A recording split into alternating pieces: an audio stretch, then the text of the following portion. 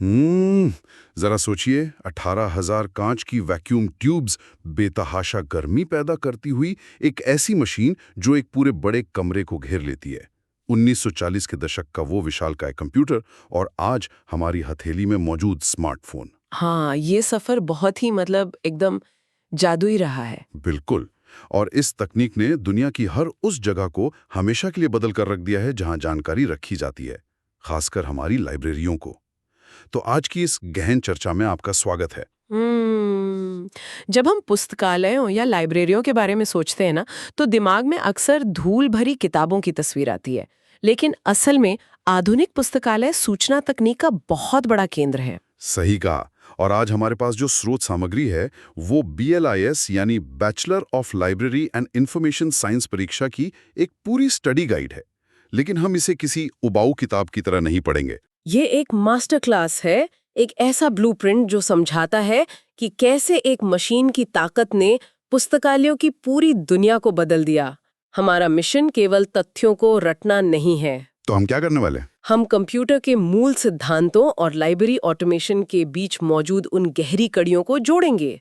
ये समझेंगे कि ये सिस्टम असल में काम कैसे करते हैं। अरे वाह! तो श्रोताओं के लिए नियम एकदम साफ है। आप इसे एक वर्चुअल क्लासरूम की तरह लें। हम इस स्टडी गाइड के पन्नों को एक एक करके पलटेंगे, एकदम पेज बाय पेज। तो चलिए पेज 1 से शुरू करते हैं। पेज 1 पर मुख्य विषय बिल्कुल स्पष्ट हैं। BLIS exam master class, unit 1 और यूनिट 2। ये पूरा डेक कंप्यूटर के मूल सिद्धांत और पुस्तकालय स्वचालन पर केंद्रित है। हाँ, मैंने देखा इस पेज पर एक एग्जाम टूलकिट का भी जिक्र है। बिल्कुल। और ये टूलकिट बहुत खास है। ये कोई साधारण गाइड नहीं है, बल्कि इसे यूनिवर्सिटी परीक्षाओं के लिए विशेष रूप से डिजाइन किया गया है। इसमें परिभाषाएं, शॉर्ट नोट्स और सबसे जरूरी पिछले वर्षों के प्रश्न शामिल हैं। मतलब परीक्षा की पूरी तैयारी इसी एक जगह से हो जाएगी। तो चलिए अब पेज 2 पर आते हैं। यहाँ कंप्यूटर की विशेषताओं और उसकी परिभाषा के बारे में बताया गया है। हाँ, इसमें कंप्यूटर के 5 मुख्य गुण गिनाए गए हैं। पहला है गति, जो नैनोसेकंड में मापी जाती है। नैनोसेकंड मतलब पलक झपकने से भी तेज। बिल्कुल। दूसरा है 100% शुद्धता। तीसरा है विशाल डेटा को स्टोर करने की क्षमता। चौथा है सार्वत्रिकता, यानी अलग अलग तरह के काम करने की खूबी। और पांचवा है स्वचालन, मतलब अपने आप काम करना। अगर मैं इसे एक एनालॉजी से समझाऊं तो कंप्यूटर एक ऐसे सुपर असिस्टेंट की तरह है जो बिना थके हजारों काम कर सकता है। लेकिन इसकी एक बहुत बड़ी कमजोरी भी है। हाँ, और वो कमजोरी क्या है? कि ये असिस्टेंट खुद से कुछ सोच नहीं सकता। एकदम सही। और पेज 2 पर इसी सीमा को गीगो प्रिंसिपल यानी गार्बेज इन गार्बेज आउट के नाम से गहराई से समझाया गया है। गार्बेज इन मतलब अगर हम कचरा डालेंगे तो कचरा ही बाहर आएगा? जी बिल्कुल। इसका सीधा सा मतलब है कि कंप्यूटर में सोचने की क्षमता नहीं होती। अगर आप गलत इनपुट देंगे तो वो आपको गलत आउटपुट ही देगा। ये परीक्षा में अक्सर 2 नंबर के लिए पूछा जाता है। मशीन के पास अपना कोई विवेक नहीं होता कि वो गलती को पहचान सके। अच्छा, लेकिन अगर मशीन के पास अपना विवेक नहीं है तो पेज 3 पर ऐसा क्यों है? पेज 3 पर कंप्यूटर बनाम मानव मस्तिष्क का एक पूरा टेबल दिया गया है। हाँ, वो एक कंपैरिजन मैट्रिक्स है। इसमें गति, मेमोरी, सृजनात्मकता और भावनाओं के आधार पर तुलना की गई है। तो मेरा एक सवाल है, अगर कंप्यूटर इतने तेज हैं तो क्या वे कभी इंसान की तरह क्रिएटिव हो सकते हैं? मतलब आज AI भी तो कविताएं लिख रहा है। यह एक दिलचस्प सवाल है। लेकिन टेबल के आधार पर देखें तो कंप्यूटर केवल निर्देश पालन में सक्षम है। AI भी आखिरकार पुराने डेटा के आधार पर ही काम करता है, जबकि मानव मस्तिष्क मौलिक चिंतन कर सकता है। मतलब इंसानों के पास इंट्यूशन है, अंतर्ज्ञान है। बिल्कुल। इंसान बिना किसी डेटा के भी फैसले ले सकता है, भावनाओं के आधार पर। और मैं बता दूं कि परीक्षा में 5 नंबर के लिए ये हूबहू टेबल बनाना बहुत महत्वपूर्ण है। मतलब सीधे 5 नंबर पक्के। तो अब इतिहास में थोड़ा पीछे चलते हैं। पेज 4 पर कंप्यूटर की पीढ़ियों यानी जनरेशन्स का जिक्र है। ये 1940 से लेकर आज तक की 5 पीढ़ियों का सफर है। हाँ, और इस सफर को याद रखने के लिए पेज 4 पर एक बहुत ही शानदार मेमोरी ट्रिक दी गई है, VTIMA। VTIMA, ये कैसे काम करता है? मैं डिकोड करती हूँ। V का मतलब है वैक्यूम ट्यूब्स, जो पहली पीढ़ी में इस्तेमाल हुए, जैसे ENIAC कंप्यूटर। आपको पता है उसमें 18,000 वैक्यूम ट्यूब्स थी। बाप रे, 18,000! तब तो वो पूरा कमरा घेर लेता होगा। बिल्कुल, इसीलिए फिर टी से ट्रांजिस्टर आए, उन्होंने आकार छोटा कर दिया। फिर आई से इंटीग्रेटेड सर्किट यानी आईसी, अच्छा, और फिर एम से क्या है? एम से माइक्रो प्रोसेसर जिसने आज के पीसी की नींव रखी, और अंत में ए से आर्टिफिशियल इंटेलिजेंस जो आज की 5वीं पीढ़ी है। मतलब तकनीक का आकार जितना छोटा हुआ उसकी ताकत उतनी बढ़ गई। चलिए अब पेज 5 की तरफ बढ़ते हैं। यहाँ कंप्यूटर का वर्गीकरण एक पिरामिड के रूप में दिखाया गया है। हाँ, पिरामिड में सबसे नीचे माइक्रो है, फिर मिनी, फिर मेन फ्रेम और सबसे ऊपर सुपर कंप्यूटर। तो हम पुस्तकालयों में आमतौर पर पिरामिड के किस हिस्से का इस्तेमाल करते हैं?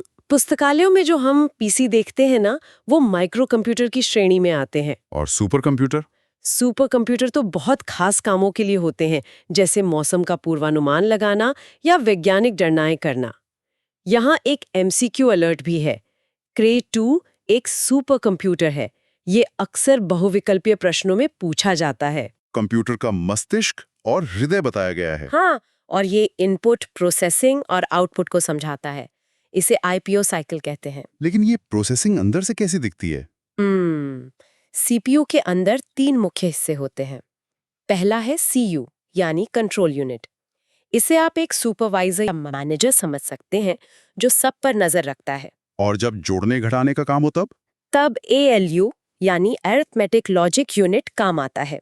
ये सारे गणितीय और तार्किक कार्य करता है। और तीसरा है मेमोरी यूनिट, जहां ये सारा डेटा रखा जाता है। मतलब इन तीनों का तालमेल ही सीपीयू है। बिल्कुल। और श्रोताओं को याद रखना चाहिए कि लॉन्ग आंसर के लिए ये चित्र बनाना अनिवार्य है, तभी पूरे अंक मिलेंगे। चलिए अब हार्डवेयर की बात करते हैं। पेज 7 पर हार्डवेयर घटकों का एक फ्लो चार्ट है। इसमें प्राइमरी मेमोरी जैसे रैम और रोम और सेकेंडरी मेमोरी के बारे में बताया गया है। हाँ, रैम और रोम के बीच का अंतर परीक्षा में बहुत बार पूछा जाता है। रैम वॉलेटाइल होती है ना, मतलब अस्थाई? बिल्कुल सही। रैम में डेटा तब तक रहता है जब तक बिजली है। बिजली जाते ही सब साफ। जबकि रोम नॉन वॉलेटाइल यानी स्थायी होती है। अच्छा, पेज 7 पर कुछ इनपुट डिवाइस भी है, जैसे बारकोड रीडर जो अक्सर लाइब्रेरी में सर्कुलेशन डेस्क पर इस्तेमाल होता है। हाँ, किताबें इशू करने के लिए। इसके अलावा इसी पेज पर स्टोरेज यूनिट्स जैसे बिट से टेराबाइट और स्पीड यूनिट्स मिली से पिको की टेबल भी है। ये भी बहुत महत्वपूर्ण है। ठीक है, अब पेज 8 पर आते हैं। यहाँ सॉफ्टवेयर का वर्गीकरण है, सिस्टम सॉफ्टवेयर और एप्लीकेशन सॉफ्टवेयर। अगर मैं इसे एक एनालॉजी से समझाऊं, हाँ, बताइए।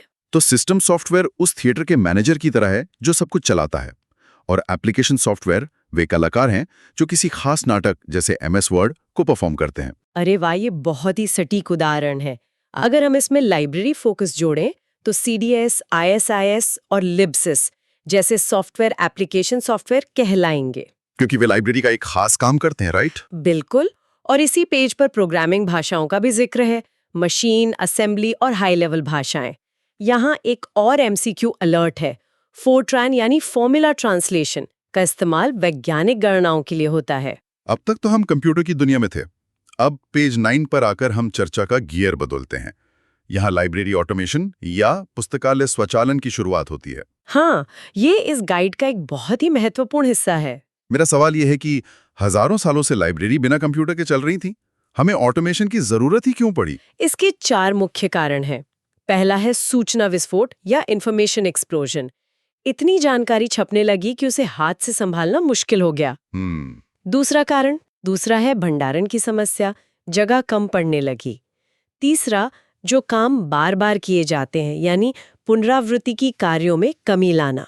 और चौथा है स्रोत सहभागिता। इतिहास के बारे में क्या है? यहाँ HP लोहान का नाम लिखा है। हाँ, 1950 के दशक में HP लोहान ने क्विक यानी कीवर्ड इन कॉन्टेक्स्ट इंडेक्स बनाया था, और भारत में 1965 में इंसिडॉक ने इसका इस्तेमाल शुरू किया।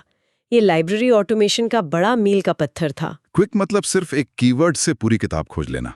बहुत ही क्रांतिकारी विचार था। अब पेज 10 की तरफ चलते हैं। यहाँ एक बड़ा सा डायग्राम है, हाउसकीपिंग के 4 स्तंभ। ये डायग्राम बहुत जरूरी है।